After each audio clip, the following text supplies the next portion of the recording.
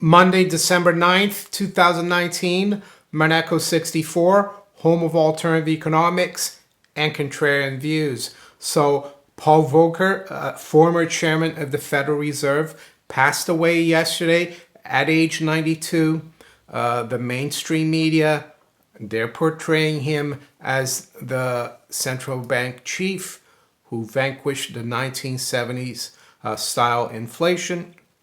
FT says former Fed Chairman Paul Volcker dies, central bank chief who vanquished 1970s era inflation served under multiple US presidents. So what do I think about Paul Volcker and what he did in the early 80s? In 1982, he let Fed funds rate and also the prime rate go up to above 20%, right? He let the market take charge of rates to kill off the inflation problem, to basically save the Federal Reserve note. Don't forget, the Federal Reserve note, or the dollar if you want to call it that, was under threat back in the late 70s and early 80s. So Paul Volcker had to do something. But I think it's important for us to go back before he was chairman of the Federal Reserve. And I've learned this from looking at a very interesting guy called John Exter, who many of you might know about. He's the guy who came up with the inverted liquidity pyramid, where gold, of course, is at the bottom of the pyramid because, of course, John Exter knew that gold was money and everything else was credit above it, right? So John Exter, he worked for the Federal Reserve Bank of New York from 1954 to 1959, as you can see here on Wikipedia. And then you have Paul Volcker as well. He worked also for the New York Federal Reserve pretty much around the same time John Exter was there, from 1952 to 1957.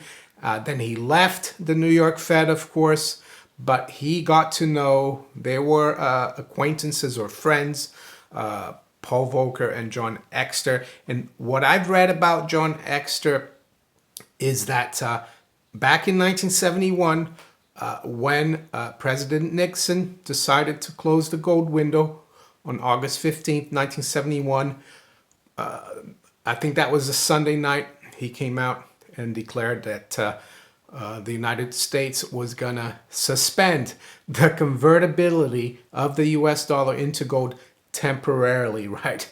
So that was 48 years ago, and it's still temporary, right? But from what I've read, they were meeting the US Treasury officials, the president, and all the entourage, all the advisors, including Paul Volcker, because Paul Volcker at the time was Undersecretary of the Treasury for International Affairs. And what I've read is that Paul Volcker asked John Exter for his advice on what to do, because at the time, the United States, the Treasury, was losing a lot of gold. You had the French redeeming Federal Reserve notes for gold, right, at $35 an ounce. You had the British as well. So there's a run on the bank, so to speak, on the Treasury. And even though John Exter was not at Camp David, he was in contact with Paul Volcker, from what I read. And Paul Volcker asked John Exter for his advice because John Exter was a gold man, right? He was a gold bug.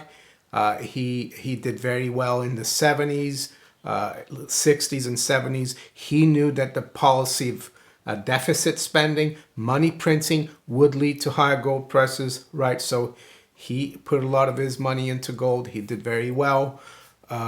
He used sovereigns to buy. He bought gold sovereigns in the States in the 60s and 70s, even though you're not allowed to buy gold rights at that time, but sovereigns were exempt. So he knew what to do.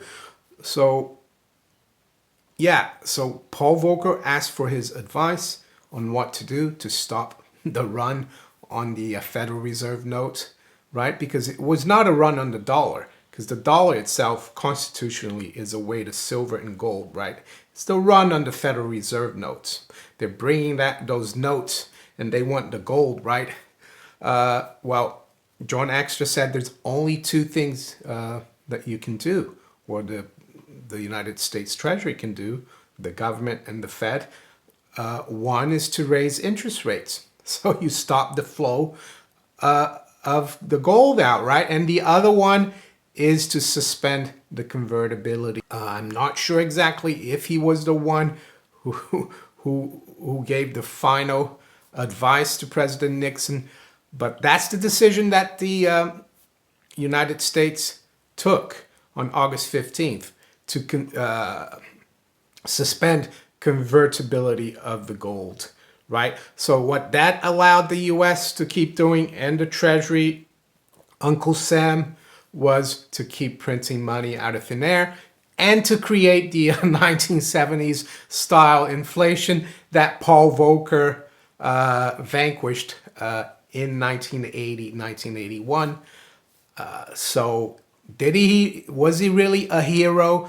Well, I think he was just doing the job that they probably should have done back in 1971, right? Let interest rates rise, defend the Federal Reserve note, defend the dollar, if you want to call it that, and stop the flow of gold.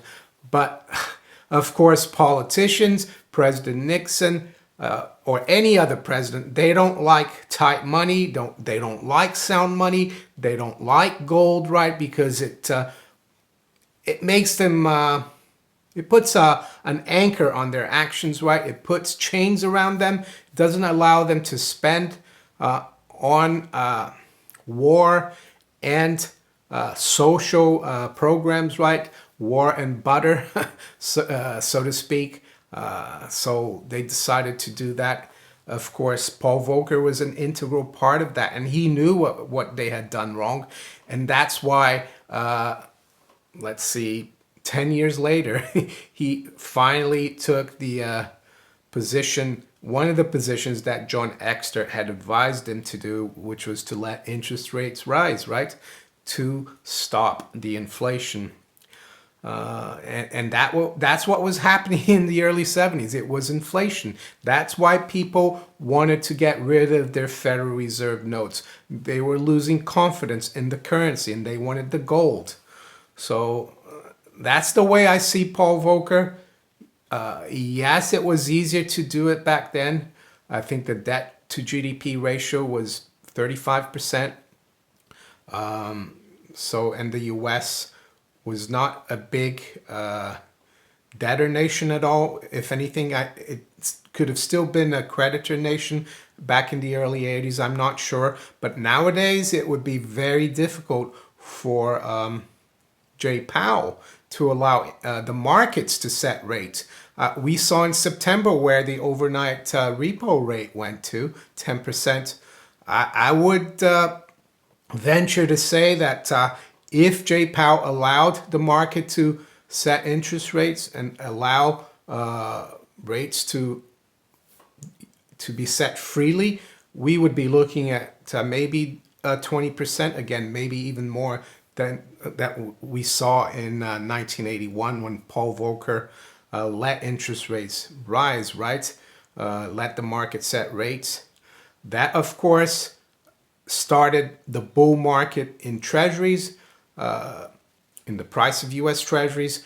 Up until then, U.S. treasuries were called almost like certificates of confiscation, right? Because for the previous 10, 12 years, interest rates had been rising from like 5-6%. The 10-year yield went up to almost 16%, and the price of bonds were collapsing, right?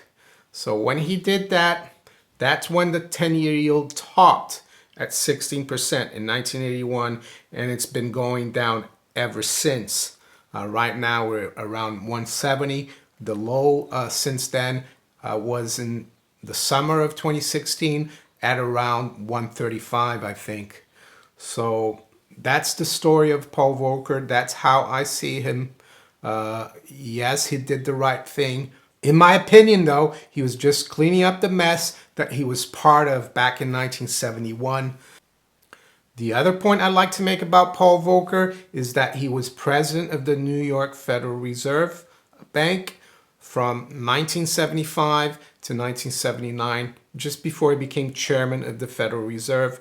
The New York Fed, of course, is the most important regional bank of the system, Federal Reserve System.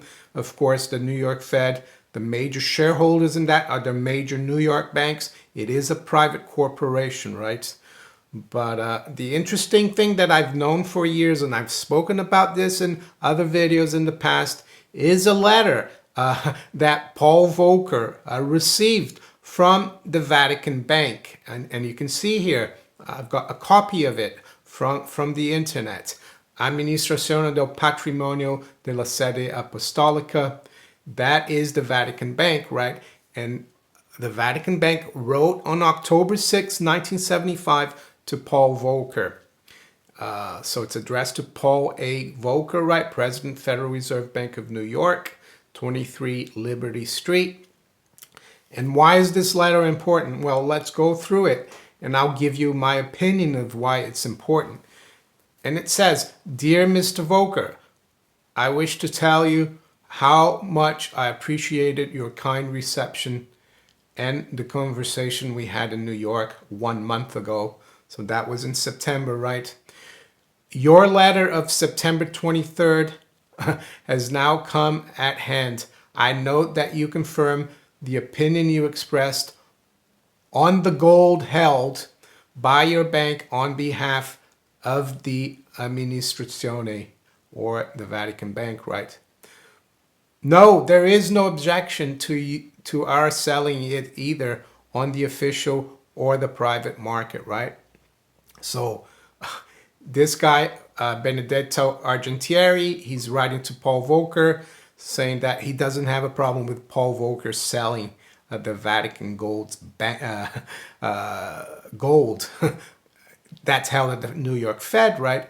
And I actually think that what Paul Volcker suggested was actually leasing it out, not selling it, but leasing it out and then buying it back, right? So let's continue. You also tell me that you are studying the possibility of enlarging the existing relations between your bank and the Amministrazione. I thank you very much for the attention you're giving to this matter.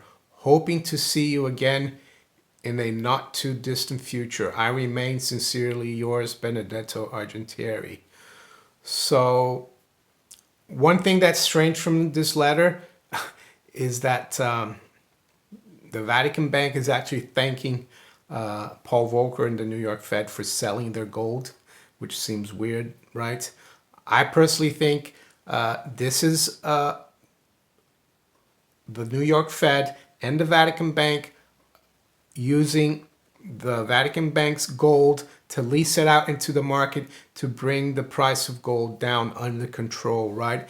And why do I say that? Well, if we look back in 1975, right, at the price of gold, and before I go into 1975, right, you can see that from 1974 and before, gold had gone up from around $65 in January 1973 all the way up to almost $200 right in the beginning of 1975. And why was that happening? Well, because from January 1975, Americans were going to be allowed to own gold again, right? For the first time since 1933, when FDR made gold ownership illegal, right? So that's why the market went up. Also, the fact that there was a lot of inflation, the US went off the gold standard. People thought that would put less pressure on the gold market, right? But it had the opposite effect. And my theory is that they were concerned about the dollar dropping so much, because that's what it was, the dollar dropping versus gold, right?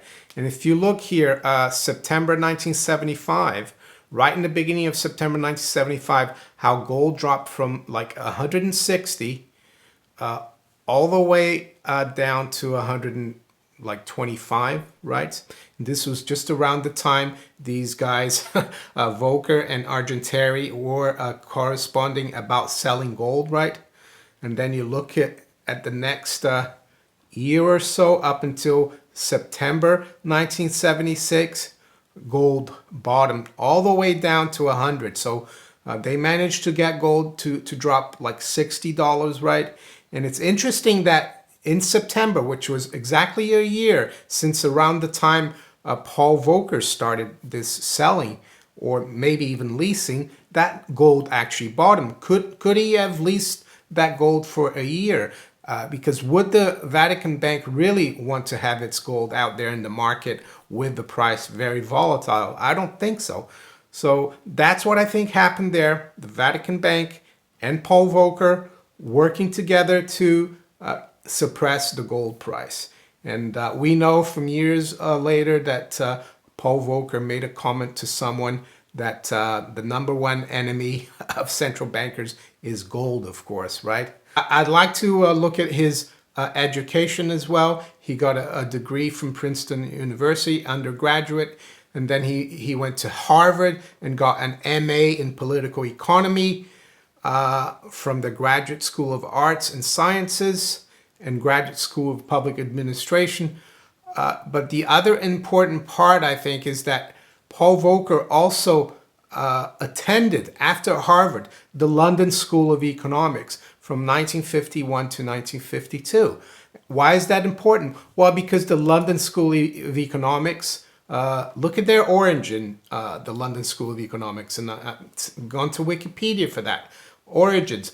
London School of Economics was founded in 1895 by Beatrice and Sidney Webb, and initially funded by a bequest of £20,000 from the estate of Henry Hunt Hutchinson. Hutchinson, a lawyer and member of the Fabian Society, left the money in trust to be put towards advancing the Fabian Society's objectives in any way that the trustees deem advisable. The 5 trustees were Sidney Webb, Edward Pease, Constance Hutchinson, W.S. D'Amatos, and William Clark. So there you go. The objective of the Fabian Society, of course, is one world government and socialism, collectivism. So I think it's very important to look at where people like Paul Volcker went to school, right? And the fact that he went to the LSE just shows that his mindset, that he thinks that there is an elite out there that knows better than the general public and the markets, and that, of course, central banking is a big part of that. So there's my view on Paul Volcker.